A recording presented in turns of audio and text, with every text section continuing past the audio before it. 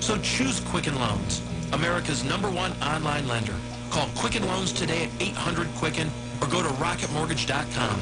That's 800-QUICKEN. Equal housing lender, NMLS number 3030. Attention all authors. Page Publishing is looking for authors. Have you written a book and want to get it published? Page Publishing will get your book into bookstores and for sale online at Amazon, Apple iTunes, and other outlets. They handle all aspects of the publishing process for you. Printing, cover art, publicity, copyright, and editing. Call 800-501-3689 now for your free author submission kit. That's 800-501-3689 for your free author submission kit. Again, 800-501-3689.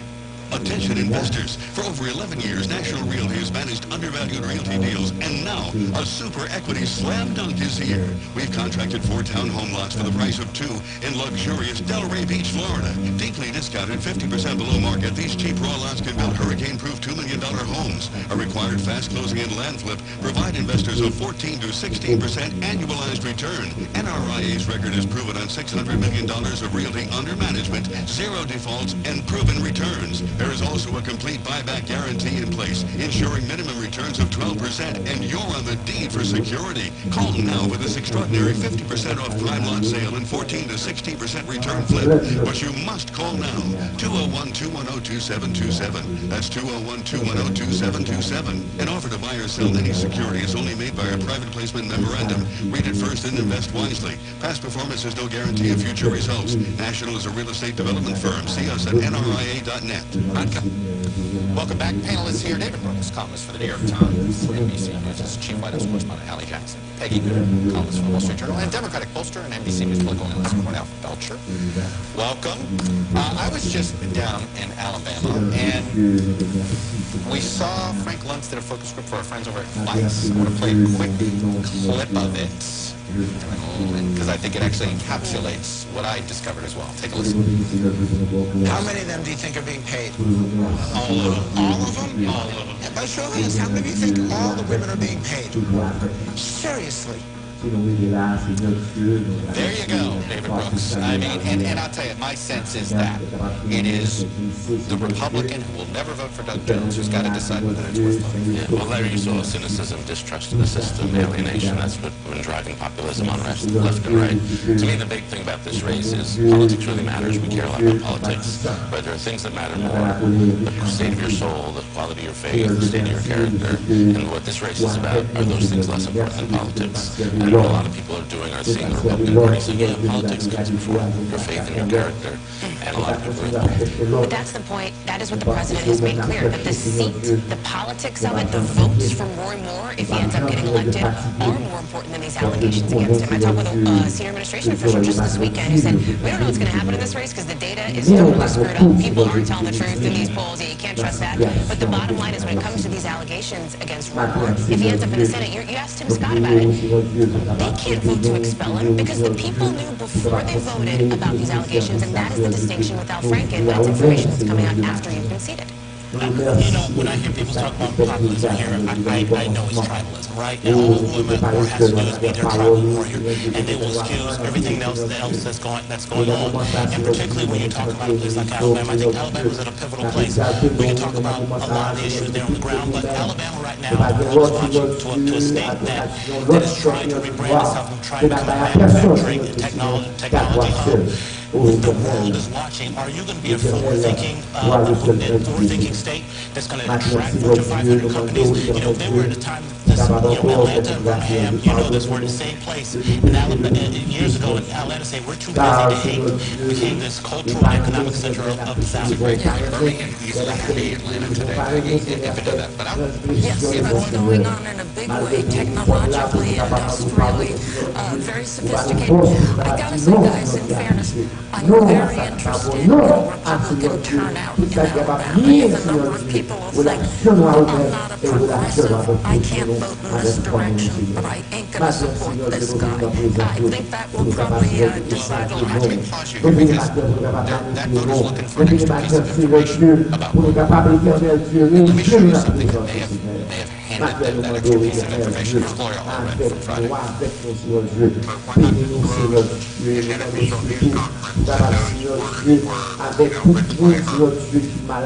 Well, I mean, there's a lot of other things that we have not disclosed, which support Beverly, which we will disclose when there's a hearing. There are voters, Peggy, that are looking for any thread to make them feel slightly more comfortable to vote for more. And I have plenty that believe them already. Gloria Allred client here was nothing to do with the Washington Post accusation. Is enough.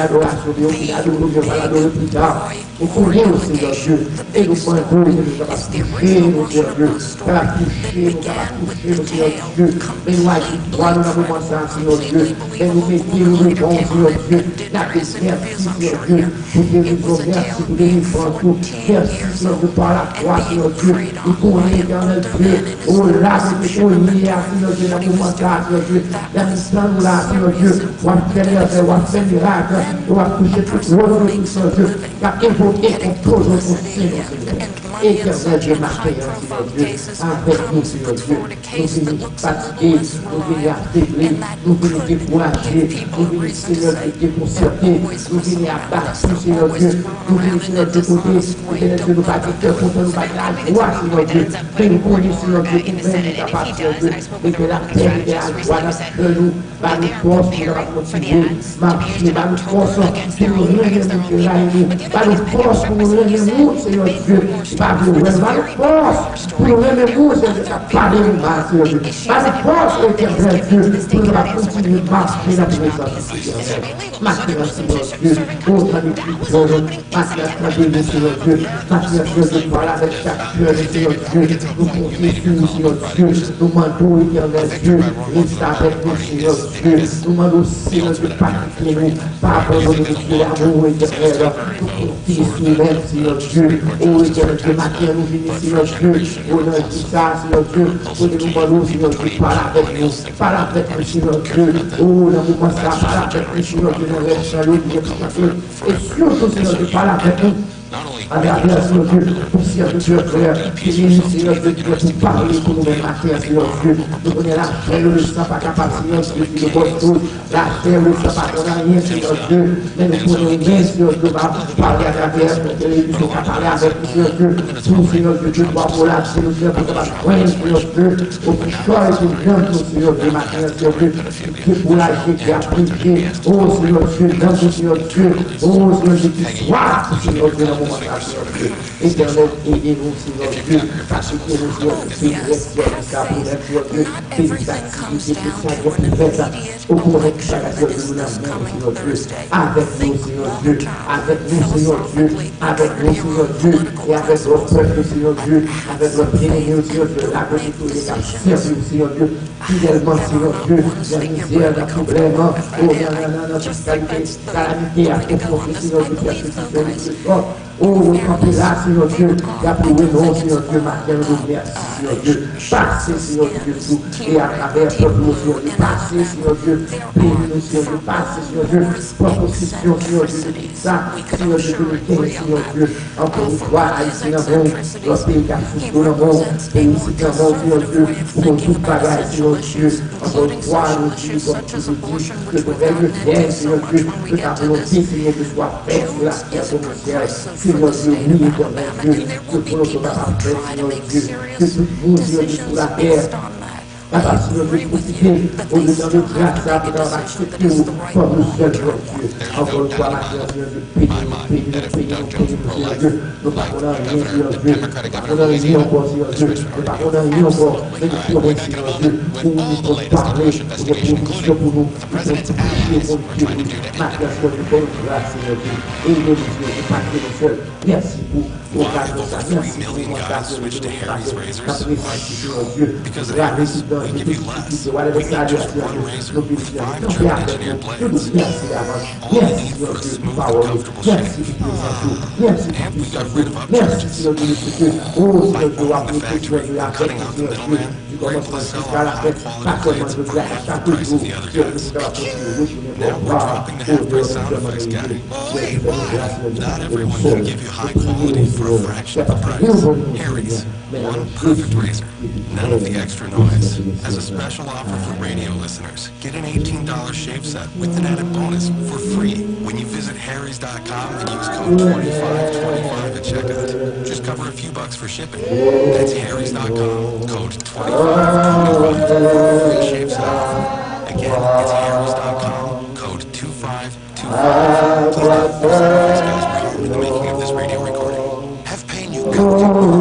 That may be first in relief. Salon Pass Pain Relief Patches have everything you need in one clinically proven solution. They're the strongest label pain reliever available without a prescription. Safely relieving pain for up to 12 hours. And Salon Pass is the first and only FDA-approved OTC topical pain reliever. For first-in-class relief, get Salon Pass Pain Relief Patches. Get great names for big cash. I'm Jay Farr from Quicken Loans. The rate today on a 30-year fixed-rate mortgage is 3.875%, APR 4.05%.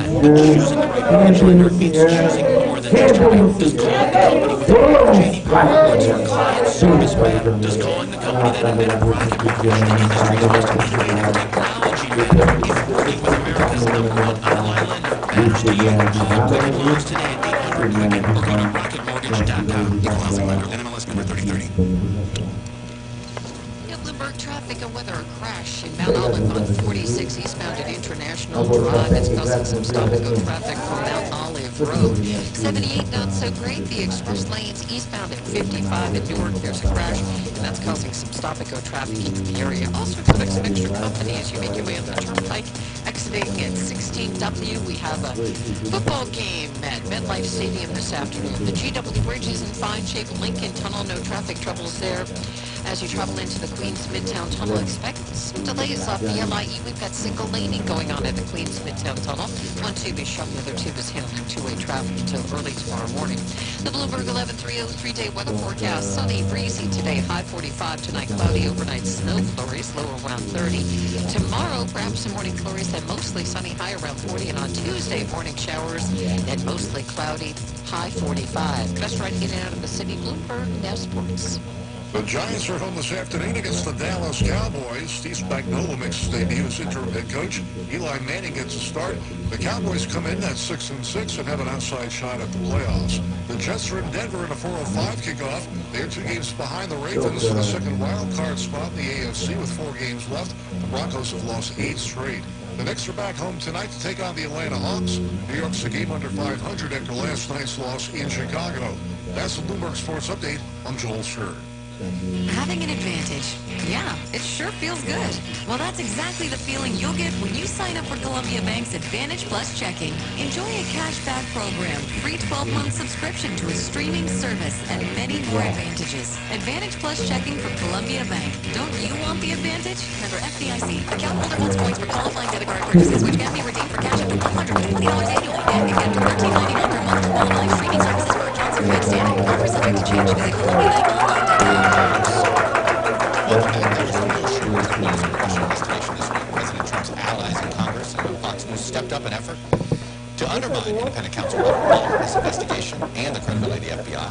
There was more evidence that WikiLeaks was at least playing favorites with the Trump campaign when it came to what they had in their servers. And in a closed-door hearing at the House Intelligence Committee, Donald Trump Jr. tried to claim attorney-client privilege to avoid describing his conversations with President Trump about his, Jr.'s, conversations last year with a Russian lawyer. By the way, neither Donald Trump Sr. or Jr. is a lawyer. It's quite a lot to unpack. So joining me now is a member of the House Intelligence Committee who actually had a chance to question Donald Trump Jr. It's Democratic Congressman Jim Himes of Connecticut. Congressman, welcome to the show. Let me just start with some 7 or 8 hours. Just characterize, would you characterize Donald Trump Jr. as forthcoming? You called him largely cooperative. Would you describe him that he was forthcoming? Yeah, I would. I mean, he spent a lot of time in front of the committee. He answered questions. There was the one episode, which has been talked about since that interview, where he declined, and you made reference to it, he declined to answer a question about a conversation that he'd had with his father that may be relevant to the Don Jr. meeting at Trump Tower. Apart from that, I would say he was forthcoming. When did he invoke this privilege? Was it a conversation that he had with his father in that right after the meeting itself? Or was it about a conversation he may have had with his father about trying to spin the disclosure of the meeting? Well, it's after the meeting, and of course, since we didn't get to hear what the content or substance of the meeting was, we don't know. But it was a sort of novel defense. I mean, again, I'm not a lawyer myself, but every lawyer I know says that there is no attorney-client privilege when you're simply talking to somebody else with attorney's presence. So we're going to need to get to the bottom of that. What's interesting is if this were in a court of law, the judge would say, no, that's insufficient. You guys don't have that ability. He's not going to answer. You know, was there any way of trying to force him to answer this question? To compel him? Well, sure. I mean, this is the ultimate trump card, pardon the pun of Congress in its investigations. Does not need to acknowledge any privilege, including attorney-client privilege. Now, he was there voluntarily, and in the course of this investigation, the chairman, Mike Conway, who's doing, by the way, a terrific and fair job, has said to witnesses that if you're here voluntarily, we're not going to compel testimony. So we may need to sort of subpoena him or get him back under compulsory process. Well, is there a process to compel him to testify that isn't a subpoena? There may be, but the point is he was there voluntarily, and so the rule had been if you're here voluntarily, we're not going to answer questions. I know you guys had a lot of questions for me. I'm curious to see, there's always been this discussion about whether the president, when the meeting was disclosed, the president was on Air Force One on his first overseas trip. And there's some reporting that the president himself helped draft the initial statement by his son. Now, here's what the president's lawyer said to me in July on this issue. The president was not involved in the drafting of the statement and did not issue the statement. It came from Donald Trump Jr. So that's what I can tell you because that's what we know. And again, Donald Trump Jr. said the same thing, that it was Does that statement still hold up based on your questioning of Donald Trump Jr. last week? Well, again, because of this sort of novel claim of privilege, we don't know what happened in that conversation.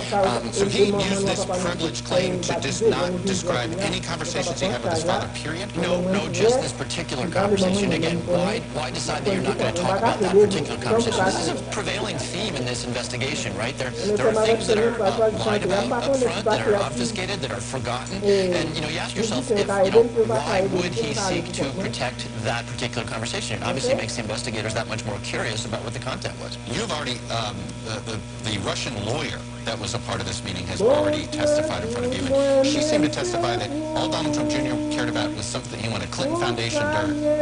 And when she couldn't provide it, she said he was uninterested. Did he confirm that account? Well, we've actually gotten now, I think, 4 or 5 accounts of what happened in that room from 4 or 5 different people who were in that room. And the stories match up pretty consistently that, yes, Donald Trump Jr. was not particularly interested in adoptions. He wasn't particularly interested in the Magnitsky Act. He was interested, as he said himself in the email that he released, in finding out if there was dirt. So the question before us now is what happened afterwards? Was there follow-up? Was dirt conveyed in any way, shape, or form, and was it used? Because, of course, we've seen a lot of contact. We've seen a desire to get dirt, a desire to work with the Russians, a desire to contact the Russians. The question is, was there some form? And it is a question. I don't want to prejudice the outcome.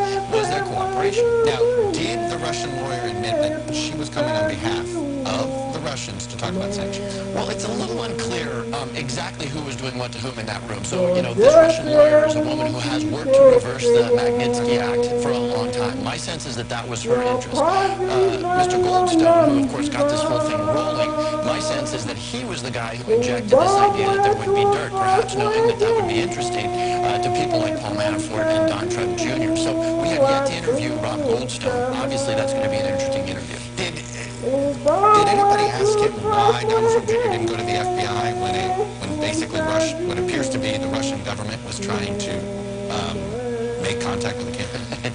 The question got asked, and we got a similar answer to answers that we have gotten about other odd behavior. With Jared Kushner, it's now known that he'd had this conversation in which he sought a back channel, perhaps at the Russian embassy. Again, the question wasn't that odd? The answer we get on these situations is, hey, we were really, really busy, and I just thought, what the heck, we'll throw it out there and see. Don Jr., with respect to this information, was, it's not, as he put it, it's not illegal to listen. So, downplaying these things that to most eyes look pretty odd. The scope of your investigation right now, Donald Trump Jr. Once talked about and almost bragged about how much Russian money was important to the real estate empire, and he said it back in 2008. The scope of your investigation when it comes to finances on the House side, how far back does it go? Well, it only goes back to places like 2008. If a mention of Russia could point to cooperation with Russia in 2016, look, Robert Mueller and others can look into, the kinds of things they looked into with Paul Manafort. Paul Manafort, of course, is charged with money laundering, with tax evasion, all sorts of things that are not obviously part of the congressional investigation. So the way I think about it is our job is really to figure out exactly what happened with the hack, the Russian attack on our election, whether there was cooperation, whether there were leaks associated with that. Criminal activity is very much more in the realm of what Bob Mueller is doing. You just heaped praise on the acting Republican head of the House Intelligence Committee, the Arkansas Congressman Mike Conaway. Devin Nunes, who is the Republican chair of the House Intelligence Committee, has been cleared of an ethics violation having to do with his actions here. Can he now, in your mind, unwind his recusal and take over the committee? Would you be comfortable with him chairing the House Intel Committee again? Well, he always has chaired the committee. What he's done is he stepped away from the investigation. To do that and to make me comfortable, I think Devin would have to sort of drop the role that he has played, where he has decided, for example, to devote himself to the investigation of whether there was improper unmasking. We had a whole 702 reauthorization bill about surveillance, in which there was a section about unmasking and how you have to report unmasking attempts during presidential transitions. That was a nakedly political thing. And sadly, and I like and respect Devin, but sadly in the last couple of months, he has devoted himself to these things, which I regard as distractions. Wiretapping of Trump Tower, is the FBI being forthcoming about the Steele dossier? I think he would need to drop all of those, what I regard as distractions, and come back in an impartial way, the way Mike Conaway has steered this investigation. in fairness, you say that's impartial. Others would say you're the one that's not impartial. He's just trying to invoke the other aspects of this. Well, so let's take the, first of all, I try to be pretty careful in the language I use. I'm not saying there was collusion. I'm an investigator. I want to make sure that there is impartiality. But look, let's talk for a second about this unmasking thing. I will tell you up front, I've looked at pretty much all of the intercepts that were unmasked and how they were done. Do I think that that process can be better and sharper and more clearly defined? Absolutely. In fact, I would participate willingly in an effort to reform that. Was it used improperly by Sam Power or by Susan Rice? There is absolutely zero evidence that that was the case. Jim Collins, Democrat from Connecticut, on the House of Democrats. Thanks for coming on. Thanks, Views. Appreciate it. When we come back, some signs that Republicans may want to start looking over their shoulders next November.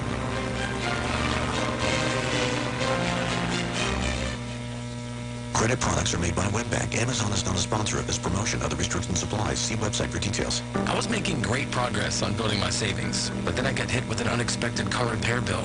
Keeping a close eye on my credit score allowed me to buy my first house, but an unexpected medical emergency set me back. When the unexpected happened, Avant was there to help. If you need to borrow $2,000 to $35,000, try Avant. It's fast, simple, and transparent. Everything is done online. There are no prepayment fees, and no collateral is required. And you can instantly check your rate with no impact to your credit score. Over 500,000 customers have experienced the convenience of a loan through Avant. No wonder Avant has an A+ rating from the Better Business Bureau. And now, Avant will give you a $50 Amazon.com gift card after your first payment is made on time. To check your rates and to get this special radio offer, go to Avant.com today and enter promo code 4545 when applying. That's AVANT.com, promo code 4545. Go to Avant.com today and enter promo code 4545. I just saved hundreds of dollars by switching to Geico. I'm so happy, I feel like I can fly. Disclaimer, you will not be able to fly by switching to Geico. This is against the laws of physics and nature. If you find yourself flying, please seek professional and or medical help immediately. In the unlikely event you find yourself flying, you might be a superhero or a pigeon, or a superhero named Pidge Woman, who was bitten by a radioactive pigeon. If you are indeed Pidge Woman, Geico retains all licensing publishing rights in the event Pidge Woman the movie becomes a top-grossing Hollywood blockbuster. Geico. 15 minutes could save you 15% or more. I'm Jay Farner from Quicken Loans. Choosing the right mortgage lender involves much more than just a rate. Quicken Loans has earned 11 J.D. Power Awards for client satisfaction. And we invented Rocket Mortgage, a simpler, hassle-free way to get a mortgage completely online. No one else has anything like it. So choose Quicken Loans, America's #1 online lender. Call Quicken Loans today at 800-QUICKEN or go to rocketmortgage.com. That's 800-QUICKEN. Equal housing lender, NMLS number 3030. In Bloomberg, traffic and weather, a crash in Mount Olive on 46 eastbound at International Drive. It's causing some stop-and-go traffic on Mount Olive Road. 78 not so great. The express lanes eastbound at 55 at Newark. There's a crash, and that's causing some stop-and-go traffic in the area. Also expect some extra company as you make your way up the turnpike. Exiting at 16W, we have a football game at MetLife Stadium this afternoon. The GW Bridge is in fine shape. Lincoln Tunnel, no traffic troubles there. As you travel into the Queens Midtown Tunnel, expect some delays up the IE. We've got single laning going on at the Queens Midtown Tunnel. One tube is shut, the other tube is handling two-way traffic until early tomorrow morning. The Bloomberg 11.3 three-day weather forecast. Sunny, breezy today, high 45, tonight cloudy, overnight snow, flurries, low around 30. Tomorrow, grab some morning flurries, then mostly sunny, high around 40. And on Tuesday, morning showers and mostly cloudy, high 45. Just writing it in out of the city, Bloomberg, now sports. The Giants are home this afternoon against the Dallas Cowboys. Steve Spagnuolo makes his debut as interim head coach. Eli Manning gets a start. The Cowboys come in at 6-6 and have an outside shot at the playoffs. The Jets are in Denver in a 4:05 kickoff. They're 2 games behind the Ravens for the second wild card spot in the AFC with 4 games left. The Broncos have lost 8 straight. The Knicks are back home tonight to take on the Atlanta Hawks. New York's a game under 500 after last night's loss in Chicago. That's the Bloomberg Sports Update. I'm Joel Stern. There will be carolers and candy canes, boxes and bows, and award-winning performances from Christmas morning. I love this. But before that, there will be Audi turbocharged engines, available Quattro all-wheel drive, and LED DRLs. Because like a force of nature, the season of Audi's sales event is here. There's never been a better time to get into this, to enjoy this. Visit a Tri-State Audi dealer today to see the exceptional offers on select models during the Season of Audi sales event.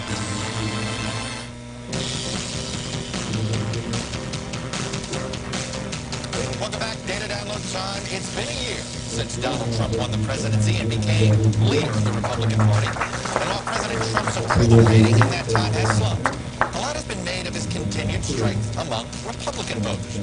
But there is evidence that fewer people are actually calling themselves Republicans today than they did a year ago, which means that the president is holding on to a large share of a shrinking pie.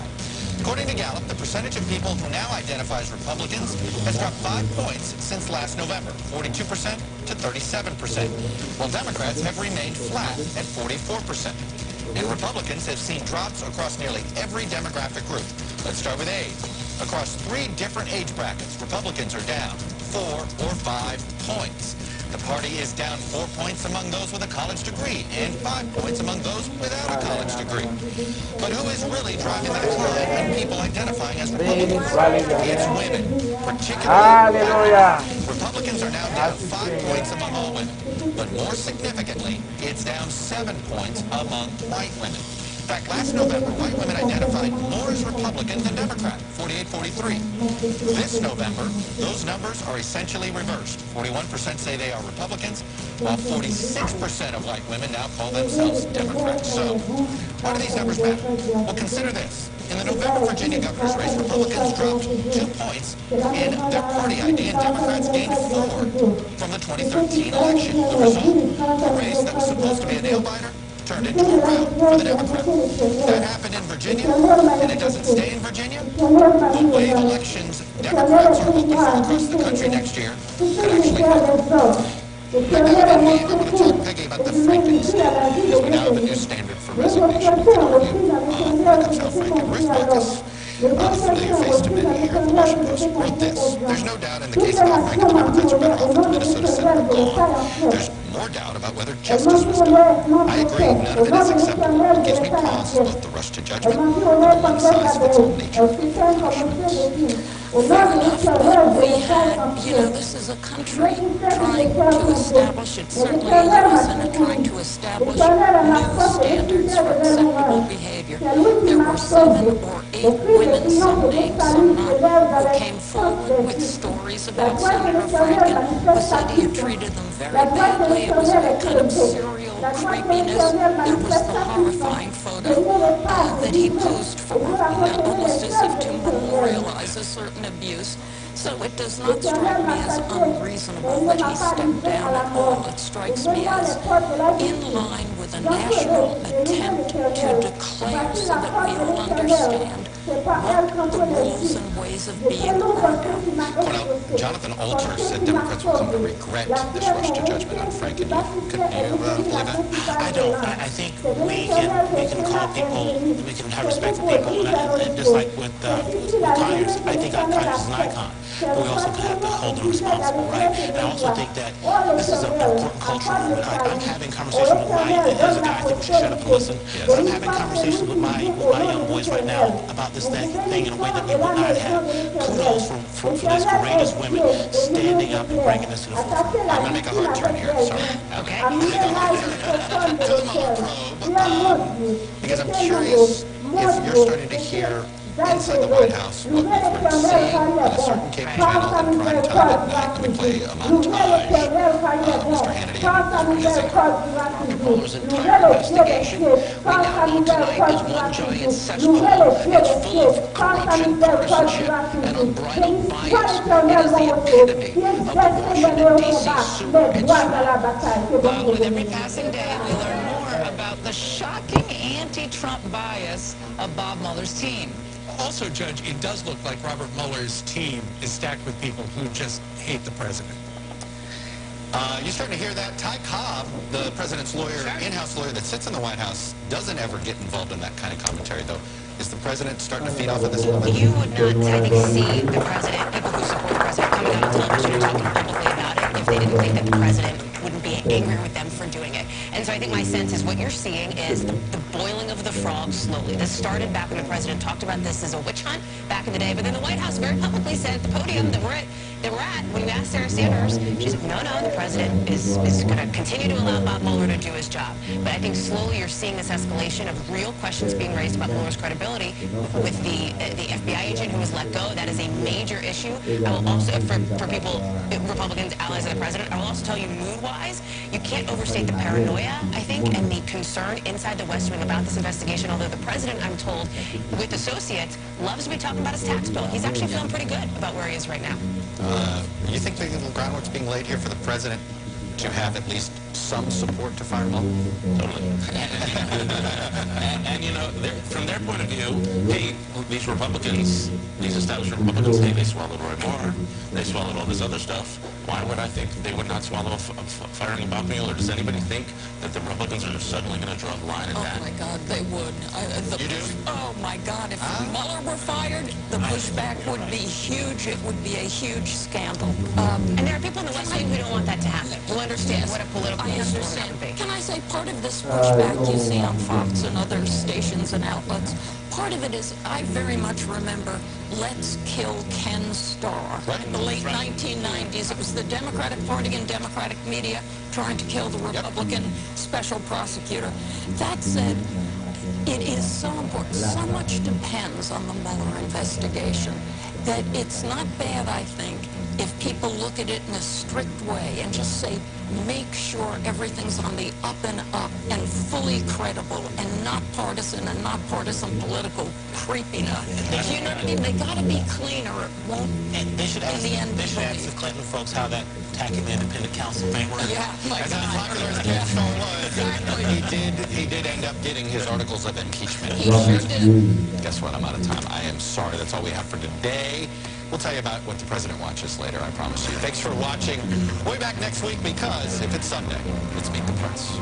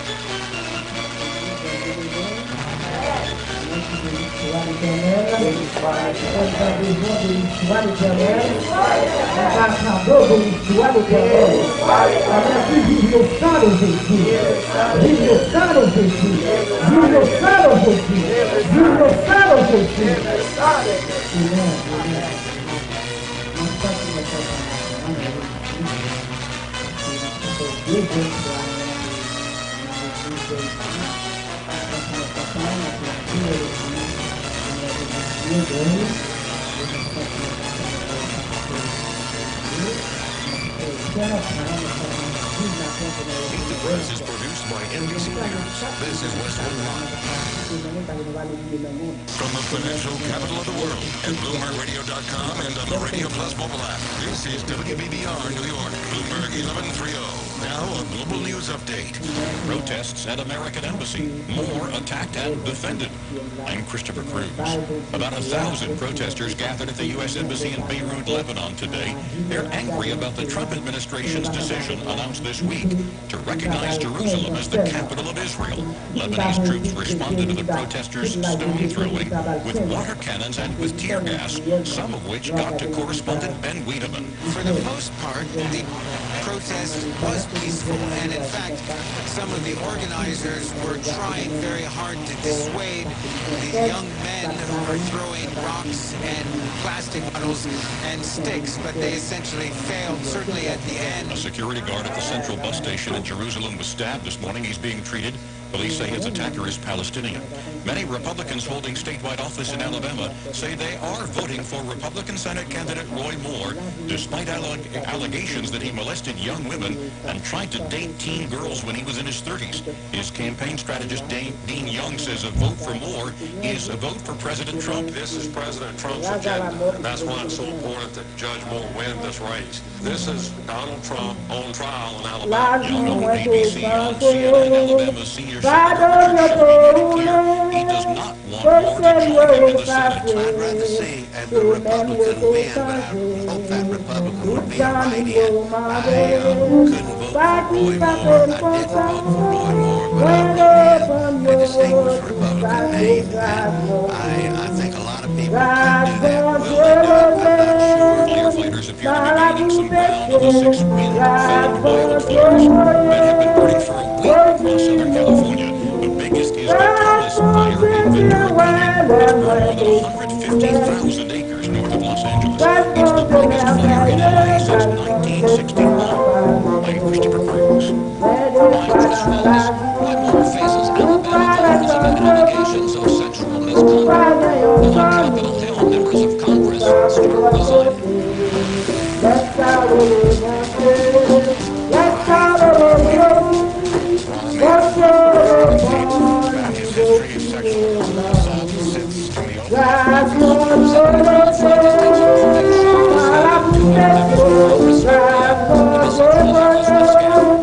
President Trump doubles down on his support for We'll discuss whether this will be a political issue in 2018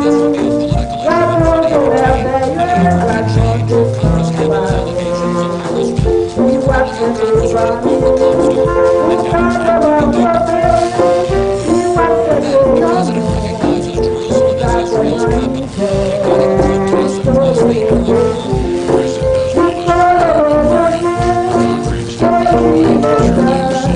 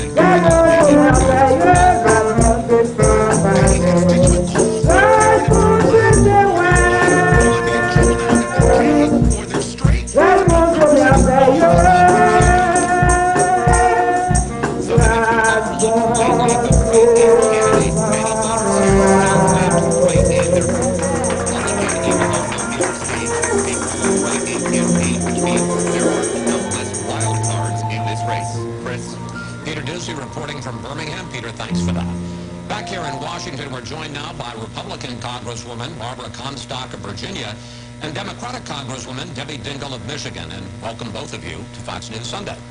Let's start with Judge Moore and the Senate election in Alabama on Friday night. President Trump spoke in Pensacola and gave Moore his full endorsement. Here it is. By Nancy Pelosi and Chuck Schumer. So get out and vote for Roy Moore. Congresswoman Comstock, does that bother you as a Republican to see President Trump and the Republican National Committee both supporting Judge Moore, who faces several allegations of misconduct with teenage girls, one as young as 14? Well, I was one of, I think, the first Republican woman to call for him to step aside. I was happy to see my friends like Senator Cory Gardner, who heads up the Senatorial Committee, Tim Scott, and many others take the other side of that and say that we don't need to have him here.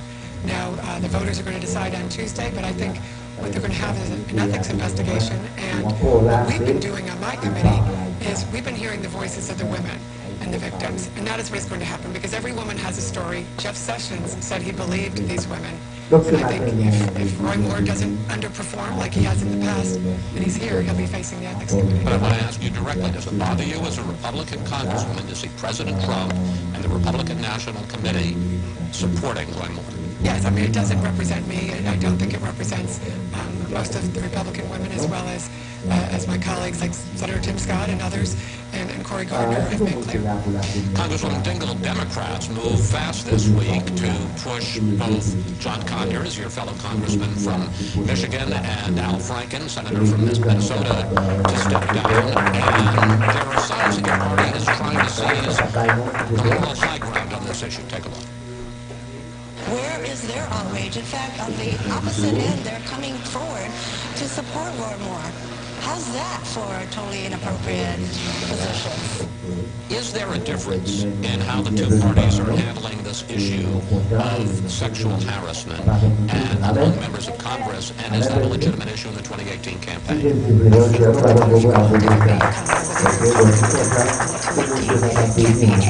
This has probably been what was the most difficult week of my career. When you look at somebody like John Conyers, who had the legacy that he did, have to step aside. But this has been going on for a very long time, Chris. We know what our values are. I don't consider this a partisan issue. I find it, I mean, Barbara and I totally agree on this issue. I've also called that I think Congressman Farenthold should resign. $84,000 is a lot of money, and it wasn't for nothing. We cannot have a double standard, and we still have somebody running for office. We still have somebody in the White House that has acknowledged that they have done things that are not okay, or at least the president has. So it's disturbing, but we have to know who we are, and I think we're all going to be held accountable, next Republican or Democrat, next November. But do you see a difference in the president and Roy Moore on the one hand, and pushing out Conyers and Franken on the other, and Democratic leaders demanding that they leave? I think that everybody's got to be accountable. So I think those that aren't making, I mean, there are, as you've seen, sitting at this table, Republicans are calling for this man to step down, and Republicans have even criticized the president for what he did. I think we know what our values are. I think we know what we stand for, and I think the American people are going to hold people accountable. It's been clear from the past month these issues aren't partisan. They've been in the media. They've been in entertainment, and that's why we took a look in Congress. I'm on the Committee of Jurisdiction. We were looking at this issue even before some of these stories came forward, because we knew if we were seeing what we saw in media, in the entertainment industry, and across all industries, that it was going to be in Congress too, and that's why we're going to change the procedures. We've already passed resolution, my bill on having mandatory training, and we know there's a lot more that we need to do both in Congress as well as with the public at large. So I think it's important, as Debbie said, that this not be seen as partisan, because it's a watershed moment where men and women are coming together across the partisan divide to change the culture here. And that's why you're seeing people leaving, Democrat and Republican. There's still some Democrats and Republicans there who have been asked to leave, who haven't left yet, but this is still going to be playing out. But let's focus, too, on the women and their stories, because we need to see what their stories are and how we can make them whole. And that's the real problem here, is that women have been denied their careers because of these men in power. And it's a power abuse, not really about sex so much as power abuse. Talk about that. We'll talk about reforms in a moment. But let's review what we have seen on Capitol Hill just recently. Excuse me, 3 members of Congress resigned this past week. 3 more have either settled sex harassment cases or face allegations. Congresswoman Dingell, how widespread do you think this problem is? I've heard reports that as many as 30 or 40 members of the House and Senate may face allegations of sexual harassment.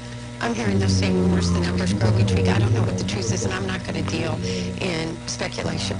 I'm going to tell you what I'm the most worried about, which is, and Barbara touched upon this, the only reason I didn't wander into it. I know this issue is very personal to me, but this isn't real. Everybody says this is a watershed moment. Is this really a watershed moment if it's not real for the tip waitress or the factory worker or somebody in a law firm or a teacher or a nurse or a doctor? And we need to look at the way that even those who have the courage to come forward in the last few weeks have been treated and been demonized. And that has been the people, and we're all trying to wrap our head around this. It's happening so fast, and they're names that some had heard, some didn't know.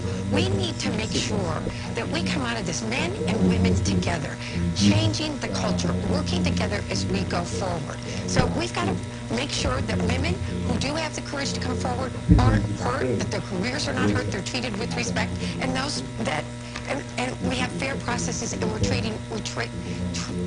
are improving workplaces across the country. People have been shocked to learn, excuse me, how Congress handles such harassment cases. And let's put some of this on the screen. There's a 90-day process, including counseling and a cooling-off period before a staffer can file a complaint. The Office of Compliance has paid out more than $17 million in taxpayer funds to secretly settle workplace complaints, not all of them, but certainly some of them, about sex harassment. Congresswoman Comstock, you're working on legislation. What do you want to see? How much do you want to streamline that process for women to file complaints? How much disclosure, transparency do you want to see for people who have settled complaints in the past? And should we be naming past people, or should they somehow be protected? No, I think we should be naming past people, and that should be fully disclosed. I think we may need to have maybe an outside counsel come in to totally review any of these cases to make sure we get that all out there. So I do fully support it, but also the priority needs to be on the victims and fundamentally changing the system so that the victims feel they have a process that works for them and advocates for them. So we've been advocating either having a counsel or an ombudsman or some type of advocate that protects the victims so they feel there's a system that allows them to come forward. But I think first we have to know who in the past, and those names should be disclosed. They're going to come out one way or the other, and they should. As you mentioned, all of that fund is not at all for sexual harassment. So whatever is sexual harassment should come forward, and I believe it will, and I support it. I also support non-disclosure for them not having to honor those non-disclosure agreements. The woman in the Elsie Hastings case contacted my office. I spoke with her this weekend. She's already speaking out, and we need to make sure that women like her will be protected to come forward and talk, and I fully support protection for those women. I got less than a minute left. Congresswoman Dingell, is this going to change? I mean, it's pretty easy to pass this resolution. Everybody has to get training. But are we going to see a real change in the way Congress handles these cases and the naming of people who have settled these at taxpayers' expense in the past? I think that there is total concurrence that there must be transparency and that we should never use taxpayers' money to pay for somebody's irresponsible, just despicable, unacceptable behavior.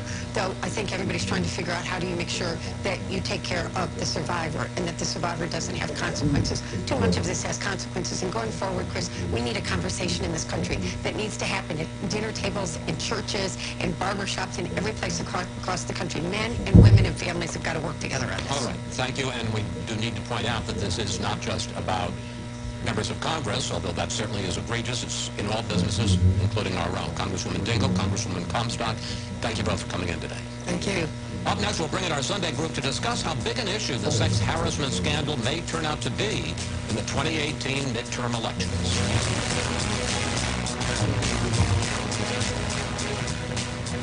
We asked kids what it took to be a dad. This is what they had to say. A father is always present. I mean, what real father figure can you have if they're not there? In order to be a good dad, you need to love your son. You need to put gas in your car so you don't break down in the middle of the milk. And You need to make some breakfast. I mean, just to maybe play like a board game with me, or to just stay home and play some video games with me. Just to do like that one little thing is what I really look forward to. I'm not asking him to be a perfect dad. He should try. He's just a constant force in my life. There's no other type of love like a dad's love because it's not comparable to anything else. Take time to be a dad today. Call 877-4DAD-411 or visit fatherhood.gov. Brought to you by the U.S. Department of Health and Human Services and the Ad Council. Lumber traffic and weather slow going on Long Island's North Shore, Northern State Parkway eastbound to the Bedford Parkway, exit 31. There's some accident causing delays. They have a better now as you travel on the Rockland Freeway southbound to the Hunter Bridge. There is more Parkway, but still backups on the Beachy Way Bridge eastbound to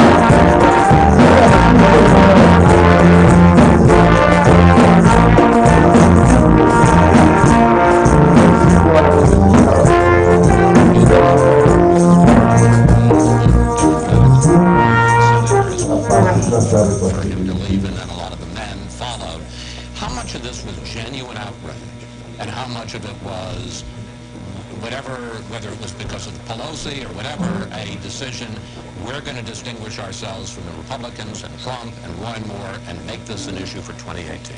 I think it was both.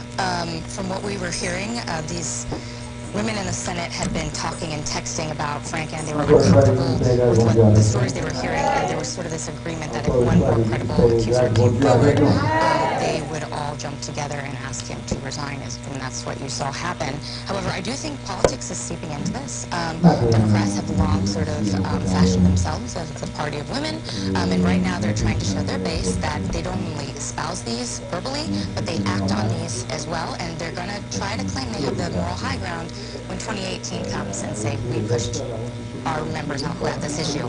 However, I do not think this is just Democrats, of course, right? You have a president who is embracing a candidate in Alabama who has been accused of child molestation, right? I know there's a bunch of Republicans on the Hill who are very uncomfortable with this and think that he's only doing this because of politics. And I think that that's why you saw Speaker Paul Ryan today push out one of his own members, Trent Franks of Arizona, over allegations that he also had sexually harassed women. Well, let's talk about Roy Moore. Here's an ad that an outside group is running against Moore in Alabama right now. I want decent people in office. That's why I can't vote for Roy Moore. What he's done and what he stands for makes us Republicans and us Christians look bad. Michael, talk about the politics of the Roy Moore thing in terms of the sexual harassment issue. Also, does Moore win? And if he wins, Will the Republicans in the Senate refuse to seat him or vote to expel him, which we heard a lot of talk about in the beginning, we're not hearing so much about now? Yeah, I think it looks like Roy Moore will win, and I think it looks like they'll have a Senate ethics investigation if he comes there. I think Roy Moore should welcome that. He will be a more effective legislator if these allegations can be investigated, if the truth can come out, if that's not something that hangs over him. And the entire United Senate can be more effective at legislating if rather than every time you walk down the hall, you have to talk about this, that, or the other, and instead can point to an investigation. It relates to Al Franken, and the other thing that didn't come out in this conversation about Al Franken is that Al Franken had absolutely no interest in being a serious legislator. He introduced 141 pieces of legislation amendments. Not a single one in his entire career, including time with the Democrat president, was ever signed into law. Al Franken was a mean-spirited bulldog who had no purpose in the United States Senate if he couldn't be a mean-spirited bulldog, which he couldn't do with these allegations out there. He wasn't interested in being a legislator before. He isn't interested in being a legislator now, and I think that's part of why he stepped down, and he stepped down without even having the grace to say that he's sorry or apologize for any of this. So, let me just point out, not an Al Franken fan. That's exactly right. We have to take a break here. We'll see you all a little later. Coming up, tensions flare over President Trump's decision to recognize Jerusalem as Israel's capital. We'll report on the latest. And we'll talk with the U.S. ambassador to the United Nations, Nikki Haley, about the fallout. That's next.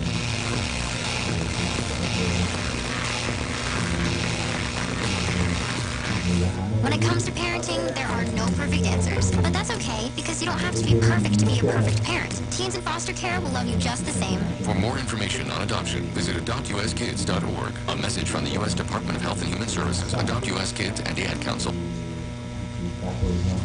Now, Bloomberg traffic and weather slow going on Long Island's North Shore, Northern State Parkway eastbound to the Meadowbrook Parkway. Exit 31, there's an accident causing delays. And we have a better ride now as you travel on the New England Thruway. Southbound, the Hutcher crash there has been cleared away. But still backups on the BQE because of a collision eastbound at Queens Boulevard. Very heavy off the LIE into the Queens Midtown Tunnel. That's because of single laning due to construction. And we have a 45-mile-per-hour speed restriction at the Tappan Zee Bridge because of the slick pavement. This report brought to you by Lair at GetLair.com. Lair's federal-grade window film increases glass strength, blocks UV rays, improves energy efficiency.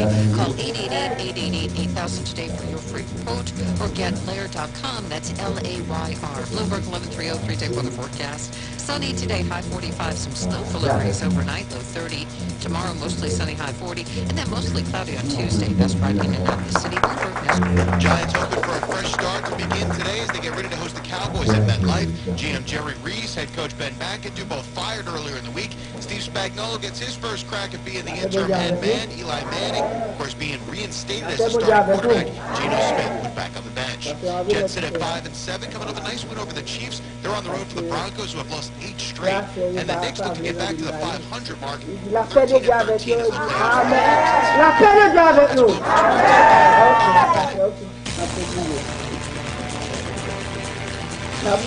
President Trump broke with decades of U.S. policy this week and set off protests around the world by declaring the United States now recognizes Jerusalem as the capital of Israel. In a moment, we'll discuss the move with Nikki Haley, U.S. ambassador to the United Nations. But first, let's get the latest from Connor Powell in Jerusalem. The violence so many predicted was likely to occur following President Trump's unilateral decision to recognize Jerusalem as Israel's capital continued for a 5th straight day. As demonstrators in Beirut and Jakarta marched on the U.S. Embassy early Sunday morning. In the Palestinian territories, protesters clashed with security forces at Israeli checkpoints in Bethlehem and other Palestinian cities. 2 Palestinians have been killed and more than 1,000 injured, while the Israeli Air Force launched airstrikes in Gaza following the launch of rockets by Hamas. 2 militants were killed. But it's not just Muslim and Arab countries protesting President Trump's decision. Secretary of State Rex Tillerson faced a barrage of criticism in Europe this week. From France to Great Britain to Turkey, some of America's closest allies demanding answers why the White House made this decision now, receiving nothing in return that would move the peace process forward. Vice President Pence will arrive here in the Holy Land for a visit next week, and already Palestinian leaders are saying they will meet with him believing the U.S. has crossed a red line with this decision that undermines past American efforts to act as an honest broker of peace here. Chris? Connor Powell reporting from Jerusalem. Connor, thank you. Joining me now, the U.S. Ambassador to the UN, Nikki Haley. Let's start with President Trump's reasoning in making this move. Here he is. This is a long overdue step to advance the peace process and to work towards a lasting agreement. Ambassador, how does recognizing Jerusalem as the capital of Israel and starting to move our embassy there specifically, how does that advance the peace process? Well, first of all, you have to, just say what's realistic. I mean, Jerusalem is the capital of Israel. That's why the parliament's there, the Supreme Court's there, the president and the prime minister are there. So we have always, the United States has always had its embassy in the capital city, and so Israel should be no different. There have been presidential candidates on both sides of the aisle that have all said that Jerusalem is the capital of Israel. And so what we have said is, enough talking about it, let's do it. This is the will of the American people. The president wanted to follow through. Presidents Bush, Clinton, and Obama all said they were for it, but never did anything about it. And this president said it's time. And we think this is actually going to help us fastball the peace process going forward. But I've got to tell you, I don't have to tell you that President Trump's decision is being criticized from all corners. Let's just take a quick rundown. Palestinian leader Abbas calls it a declaration of withdrawal from the peace process. British Prime Minister May calls it unhelpful in terms of prospects for peace in the region. Pope Francis expressed profound concern. Question, whether Abbas and May and even the Pope leaders understand that courage is important, and we don't do things just to please every other country in the world. We do things to advance the ball, and that's what the president did with this. He said, this is time that we acknowledge reality. It's been 22 years in the making. It was time. And not only that, Chris, it's the right thing to do. It's the right thing to do. Israel should be no different. We didn't set any parameters. We didn't say this was the final status. What we said is, we're going to do like we do in every other country, and we're going to put the embassy in its capital, and we're going to continue and are going to continue that fact that we are as committed to the peace process as we've ever been before, and we're going to keep going until we get it. I want to pick up on something you said in that last answer. Are you suggesting that despite President Trump's decision to recognize Jerusalem as the capital to begin to move the embassy there, that the final status of Jerusalem is still up for negotiation, but in a negotiation, East Jerusalem could still end up as the capital of the Palestinian state? And again, if so, why make this move now? Well, I think the president, if you notice in his speech, he made a point not to talk about borders or boundaries. What he did was say that Jerusalem is the capital of Israel and that we're moving our embassy there, because he strongly believes that those final status issues should be decided between the Palestinians and the Israelis. No outside group should decide what the final status looks like, and we're leaving it up to them to do that. At the end of the day, they have to be comfortable with the peace process and the resolution that we come up with. We just want to support them in that process. So again, specifically, East Jerusalem, if that's the result of the negotiation, East Jerusalem could still be the capital of the Palestinians now. We will respect anything that the two parties come together on.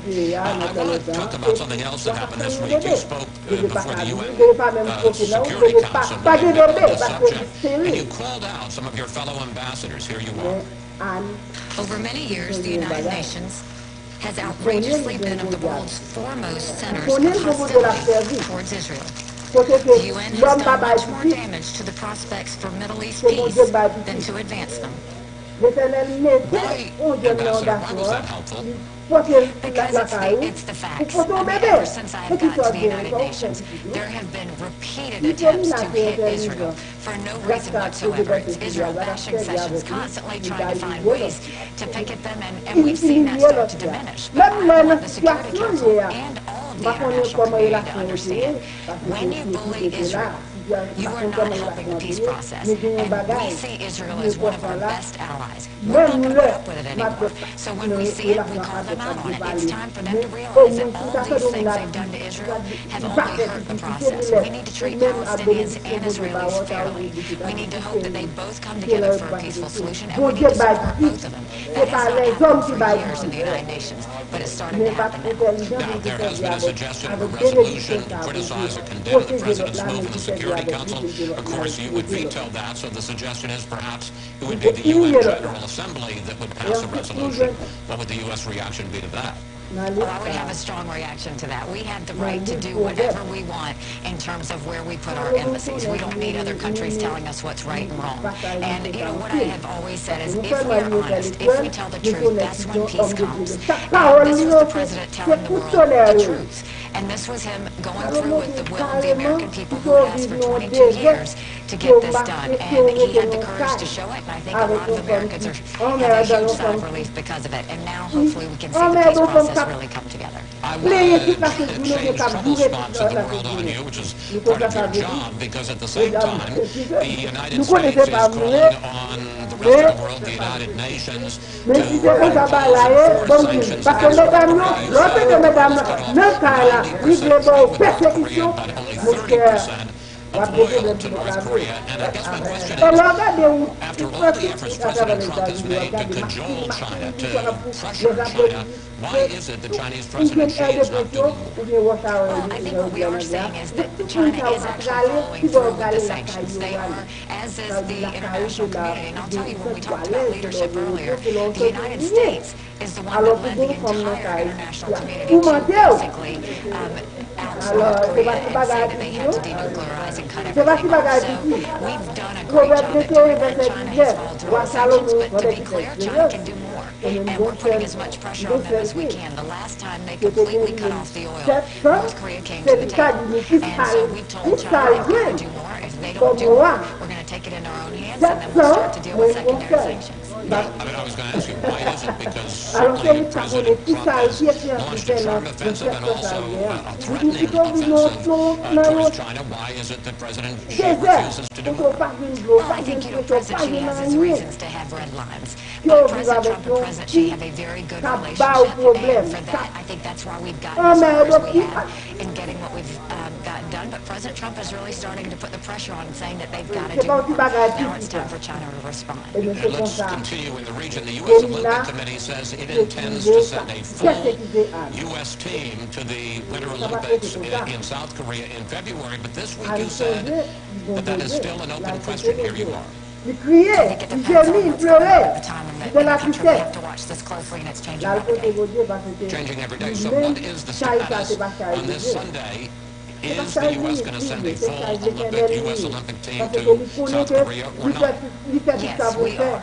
The only thing is we're doing in this Olympics what we've done in every single Olympics. If you look back, we have always talked about security in the Olympics. We've always talked about keeping our athletes safe. This is no different. And we are looking at the circumstances just to make sure we're doing everything we can. We're at the locations. We're starting to secure the process. But we always look out for the best interests of the United States citizens. But yes, there will be a delegation that goes, and we will do everything we can to make sure they're safe. Now, you say a delegation, the full U.S. Olympic team. Yes, the full U.S. Olympic team. During your time at the UN, Ambassador, I think it's fair to say you have stood out for your blunt, sometimes undiplomatic talk for a diplomat.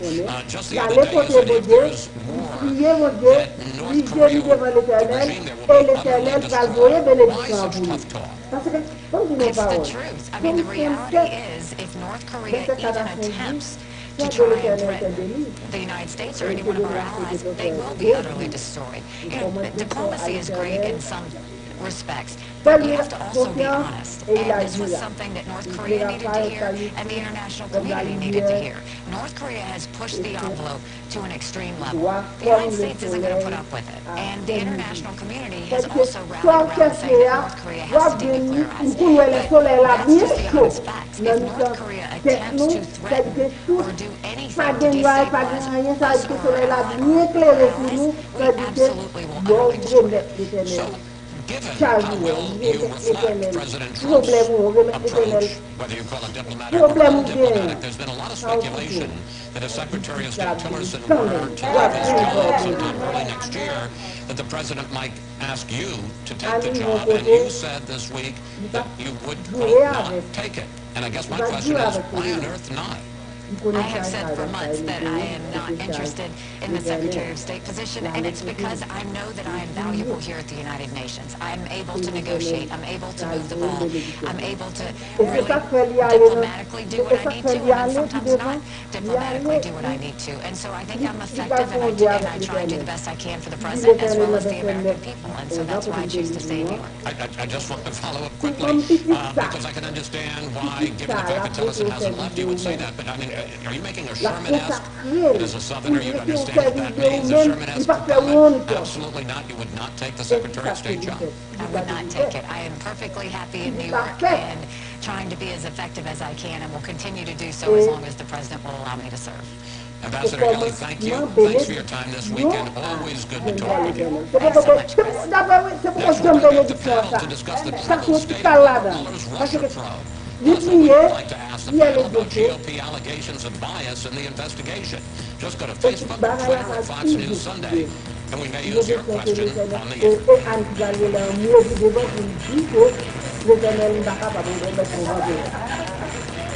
Petit ça, premier petit ça que Anne fait, il faut sacrer, lui mettre notre plan pour lui mettre au service de l'Éternel. C'est pas At the Meadowbrook Parkway has been cleared away very slow of Eli Eaton Wade's Midtown Tunnel because of construction of the tunnel. Single laning one to be shut, the other handling two-way traffic. Single laning going out of the Brooklyn Battery Tunnel to GW Bridge, Lincoln and Mullen tunnels.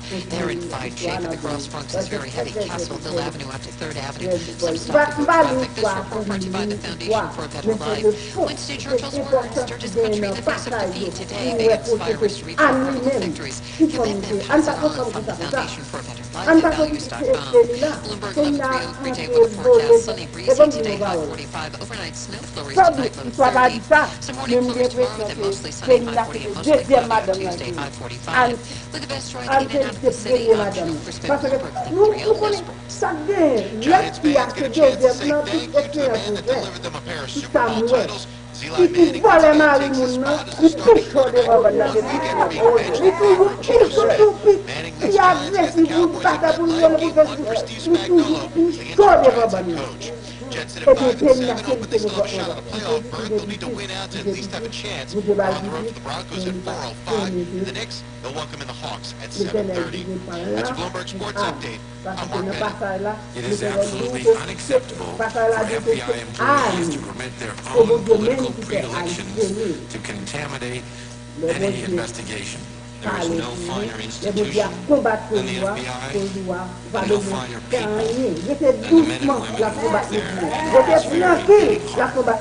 The chair of the House Judiciary Committee, Bob Goodlatte, questioning the impartiality of the FBI, while new director Christopher Wray defended his agency. And we're back now with the panel. Well, there were several allegations this week about Special Counsel Robert Mueller's probe. First, that lead agent, FBI agent Peter Strzok, was taken off the case in July after Mueller learned he was sending anti-Trump messages to a colleague. Second, that top Justice Department official Bruce Orr had undisclosed meetings with two people involved with the so-called Russia dossier. Michael, how seriously does this compromise the Mueller investigation? Well, I think it certainly raises issues that need to be addressed. I mean, the entire purpose of the Mueller investigation, the reason many of us embraced it, was that the American people deserve to know the truth. They deserve to have a quick and thorough investigation so that we can move on from these innuendos and claims of things that have gone on. Now you look at this, the very best thing that can be said about Trump is to completely unprofessional. Someone in that role be sending anti-Trump, pro-Hillary tweets.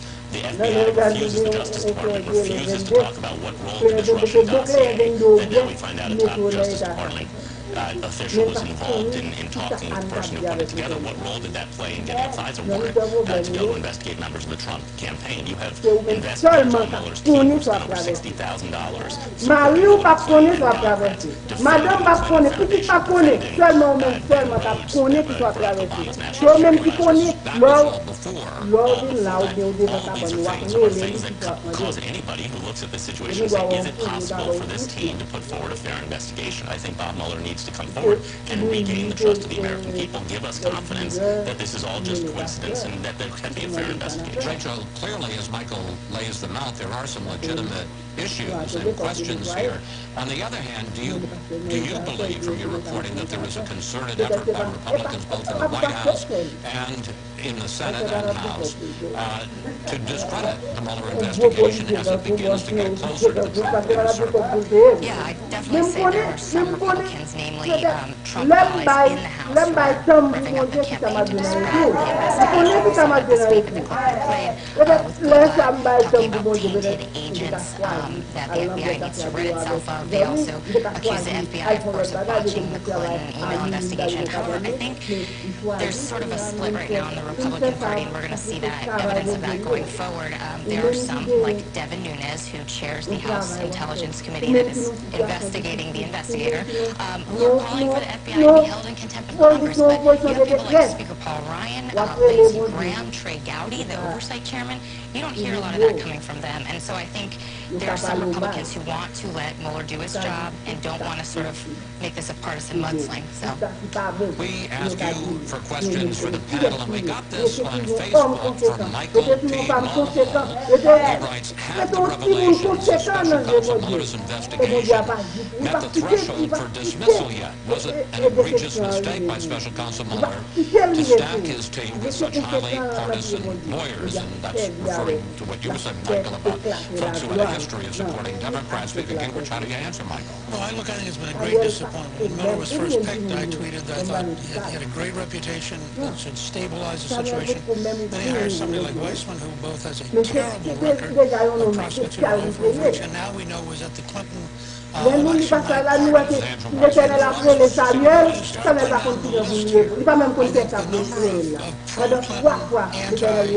Trump people he's hired makes you wonder what he's doing. The other thing is to look at, Hillary gets discussion, I think, for 4 hours, never under oath, so she can't possibly have committed perjury.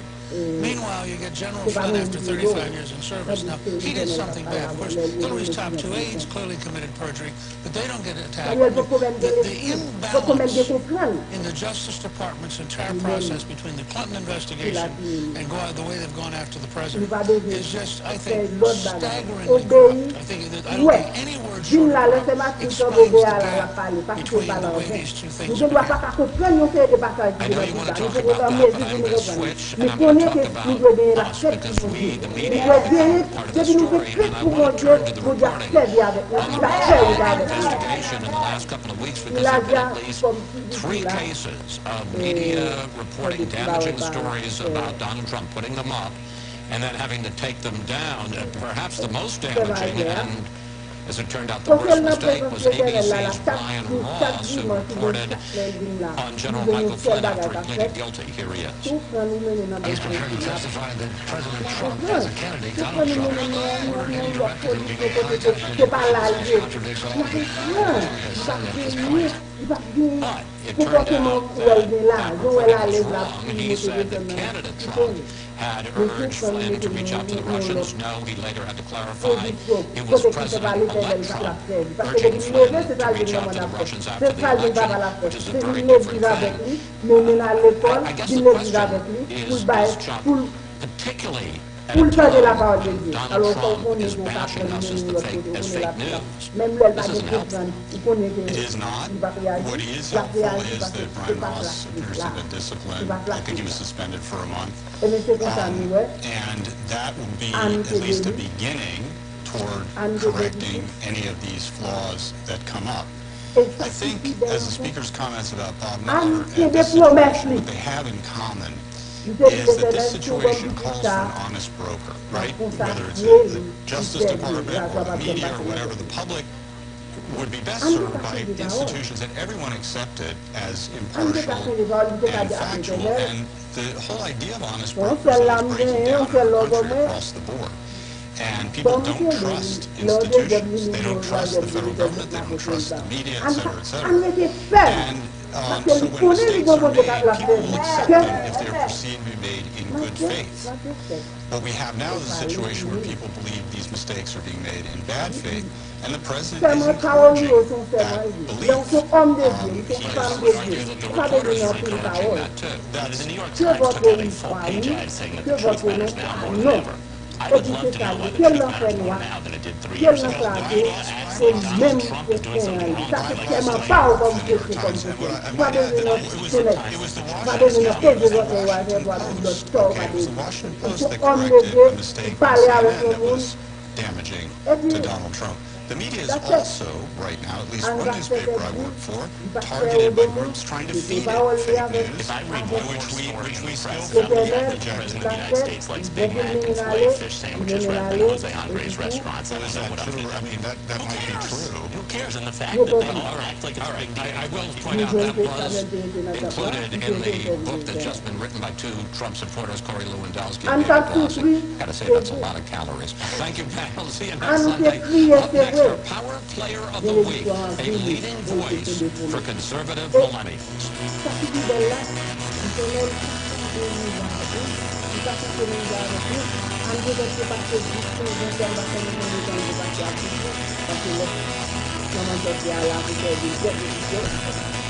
You're not wired to have a response to this sound.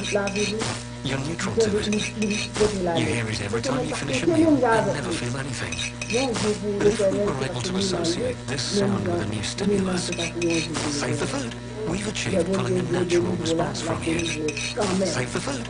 Why are we doing this, you may ask? Save the food, because this ad is trying to change your after-meal behavior through brainwashing, because food waste costs the average family $1,500 a year. Save the food, cha-ching. And $1,500 extra bucks is like getting a pay raise. Save the food, cha-ching, you're promoted, which could pay for your child's braces. Save the food, cha-ching, you're promoted. Check out my braces. So when you hear this sound, rethink your behavior. Cook it, store it, share it. Just don't waste it. For tips and recipes, visit SaveTheFood.com. Brought to you by NRDC and the Ad Council. Need a CPAP? Then we need you. We're CPAP.com, and we carry popular brands of CPAP equipment, including ResMed, Respironics, and more. To move inventory, we're selling some of our ResMed CPAP machines at prices lower than you would think. Call now to learn more about these affordable ResMed CPAPs. We'll even provide free shipping on your ResMed machine order, so you'll get it fast. Call 1-800-400-2791. The best part? No insurance needed. Our CPAPs are priced so low, they can even cost less than your copay and deductible through insurance. CPAP.com has shipped over $1 million and carries a large inventory of sleep apnea equipment. With little retail overhead and no middlemen, we're the best way to get comfortable, effective sleep apnea equipment at incredibly low prices. Again, CPAP.com has a large inventory of ResMed CPAPs and is offering free shipping on these devices. Call now for these great deals and offers. Call 1-800-400-2791. If lines are busy, please try again. That's 1-800-400-2791.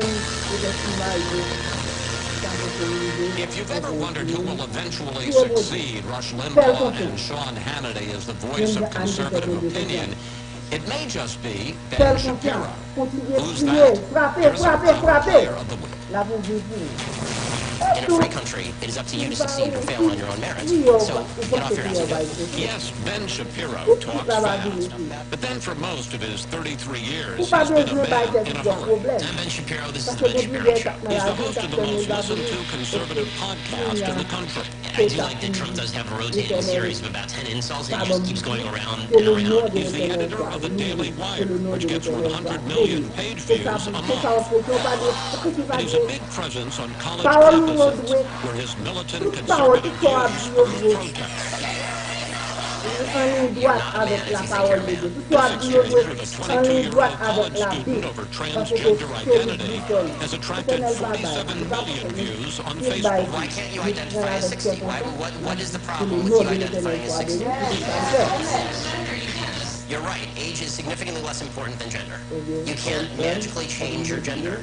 You can't magically change your sex. You can't magically change your age. At the University of Utah, he listed what he calls the hierarchy of victimhood in America.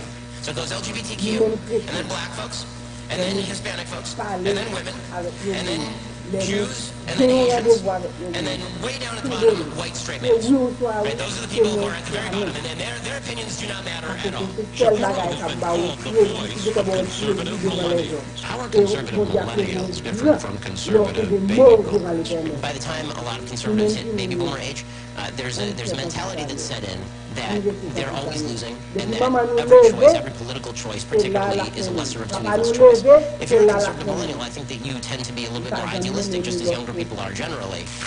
While he applauds some of President Trump's policies, he says the tweets are needlessly divisive and turn off his generation. Young people in the United States dramatically dislike this administration, and they dramatically dislike the Republican Party.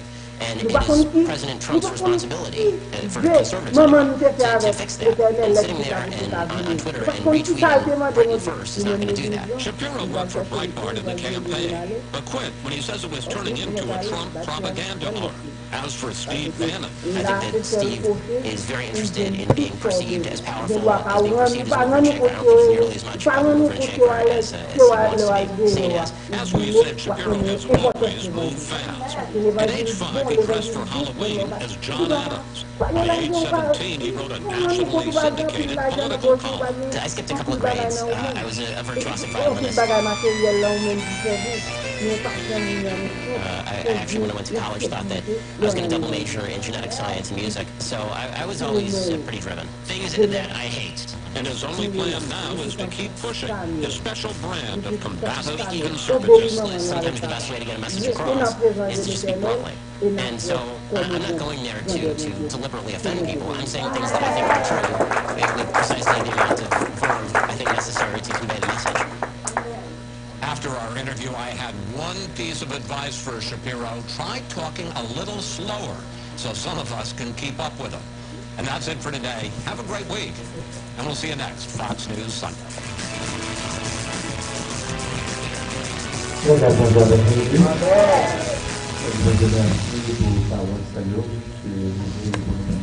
Now, Bloomberg traffic and weather on the Cross Southern Parkway southbound into Southern State Parkway. There's a crash. The left lane is blocked. It's better on the BQE Queens eastbound at Queens Boulevard. An incident there's been cleared away.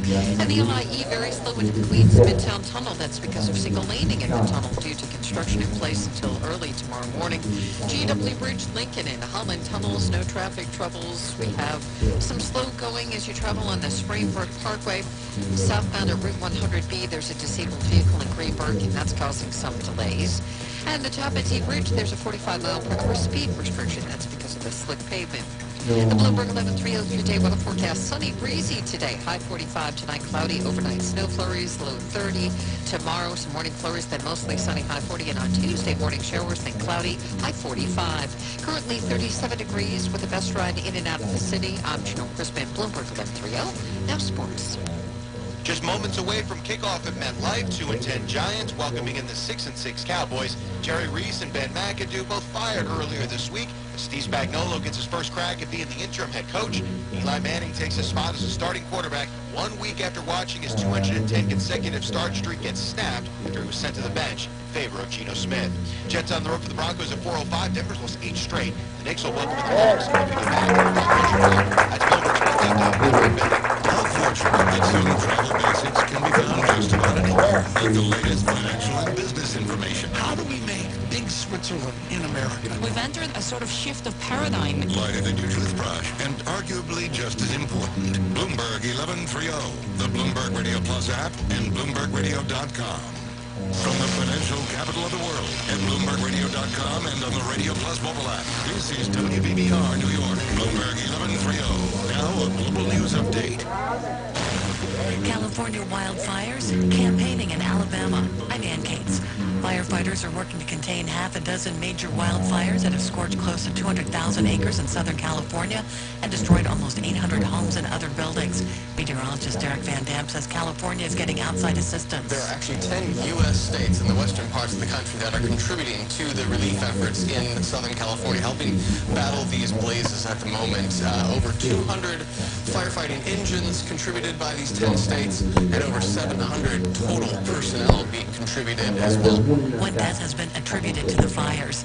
It is the final weekend of campaigning for the U.S. Senate race in Alabama as Republican Roy Moore faces multiple accusations of sexual misconduct.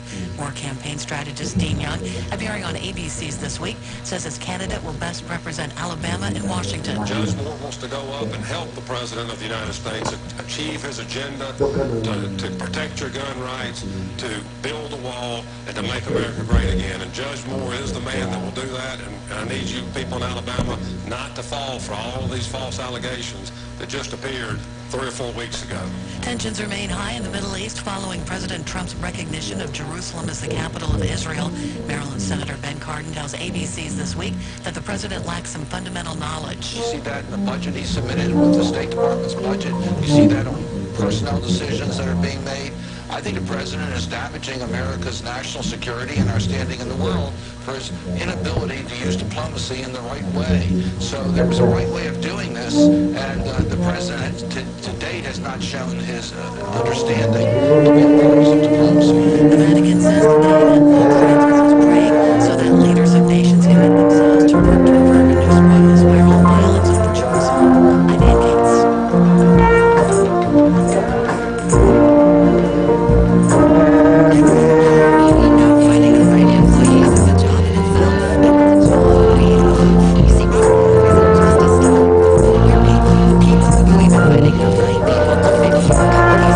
Because employees who are good men or more productive and engaged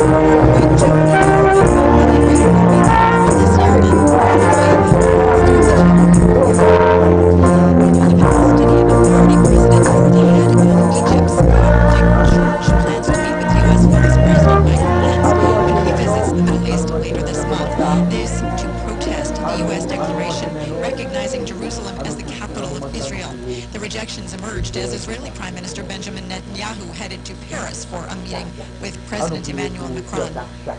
This newscast was brought to you by Bank of America Merrill Lynch, dedicated to bringing clients insights and solutions to meet the challenges of a transforming world. That's the power of global connections. Merrill Lynch, Pierce Fenner & Smith Incorporated, member SIPC. Global news, 24 hours a day, powered by more than 2,700 journalists and analysts in more than 120 countries. I'm Susanna Palmer, and this is One Word. President Trump goes all in. Seigneur Dieu, d'un moment à Seigneur Dieu, nous laissons dans main, Seigneur Dieu, nous remettons nos bras, Seigneur Dieu, et nous nous remercions, Seigneur Dieu, pour faire contre nous. Nous nous remercions, Seigneur Dieu, pour ta grâce. Nous connaissons, Seigneur Dieu, nous pas capables encore. Ou dit, Seigneur Dieu, vini, à moi-même, vini. Nous tous qui fatigués, nous tous qui chargés, et vous, je vous donne du repos. Seigneur Dieu, nous connaissons devant. Il y a des problèmes, Seigneur Dieu. Nous connaissons, Seigneur Dieu, pas garder, Seigneur Dieu, dans le moment où c'est facile. Nous pas garder, Seigneur Dieu, tout ça qui est fait déjà. Parce que c'est bon Dieu d'aujourd'hui, et c'est bon Dieu de demain. Seigneur Dieu, nous demandons l'avenir, prospérer, sanctifier, Seigneur Dieu. Aidez-nous, Seigneur Dieu. Fais-nous capable de tromper, Seigneur Dieu, comme mon flambeau, comme mon phare. Fais-nous capable de tromper, Seigneur Dieu, comme mon exemple. Pour amis, Seigneur Dieu, il faut qu'on connaisse, Seigneur Dieu. C'est nous-mêmes, Seigneur Dieu, la provision à faire pour nous-mêmes. La bénédiction pour parler, Seigneur Dieu. Que nous capable, Seigneur Dieu, parler pour nous-mêmes. Parler à l'autre pour nous-mêmes, Seigneur Dieu. Pour avoir nos témoins, pour avoir nos témoins, pour avoir nos témoins, Seigneur Dieu, vivant pour nous, Seigneur Dieu. Maintenant, nous contactons là, nous-mêmes, Seigneur Dieu. Nous nous Seigneur Dieu, pas de l'autre monde encore. Pas de l'autre monde encore que le fouet. C'est nous-mêmes et nous-mêmes seulement, Seigneur Dieu. Avec lui, Seigneur Dieu. Avec lui, Seigneur Dieu. Maintenant, bénis, Seigneur Dieu. Tout ça, nous ne pouvons pas faire pour lui. Tout ça, nous ne pouvons pas faire pour lui. Tout ça, nous ne pouvons pas faire pour lui, Seigneur Dieu. Ou même, Seigneur Dieu, nous connaissons vos capables, Seigneur Dieu. Bali, Seigneur Dieu, tout ça que nous besoin. Couvrez-le, Seigneur Dieu. Fais-les grâces, Seigneur Dieu. Et bénis, Seigneur Dieu. Que Dieu qui descend ça, Seigneur Dieu, capable de spécial dans la vie. Aujourd'hui, il va songer, Seigneur Dieu. Aujourd'hui, Seigneur Dieu, capable de continuer, Seigneur Dieu. Marcher, Seigneur Dieu. À nous côté de vie, Seigneur Dieu. Et continuer de vivre nous-mêmes, Seigneur. Fais-les grâces, Seigneur Dieu. Avec nous, Seigneur Dieu. Protégez-nous, Seigneur Dieu. Bénis, Gaël. Ouvris bénédiction, Seigneur Dieu. Bali, Seigneur Dieu. Bali, Seigneur Dieu, toute la demande, Seigneur Dieu. Et comptez nous-mêmes. Nous connaissons qui dans nous-mêmes, Seigneur Dieu. Nous qui dans nous-mêmes. Nous qui avec vous. Nous avons marché avec Seigneur Dieu. Le paquet sorti tête baissée, Seigneur Dieu. Fais-nous grâce, Seigneur Dieu. Oui, Seigneur Dieu. Avec lui. Dans nos Jésus. Nous prions, Seigneur Dieu. Quel béni, Seigneur Dieu, depuis qu'on y a jusqu'à la fin. Fais-les grâces, Seigneur Dieu. Nous prions, Seigneur Dieu. Encore une fois, dans le nom précieux.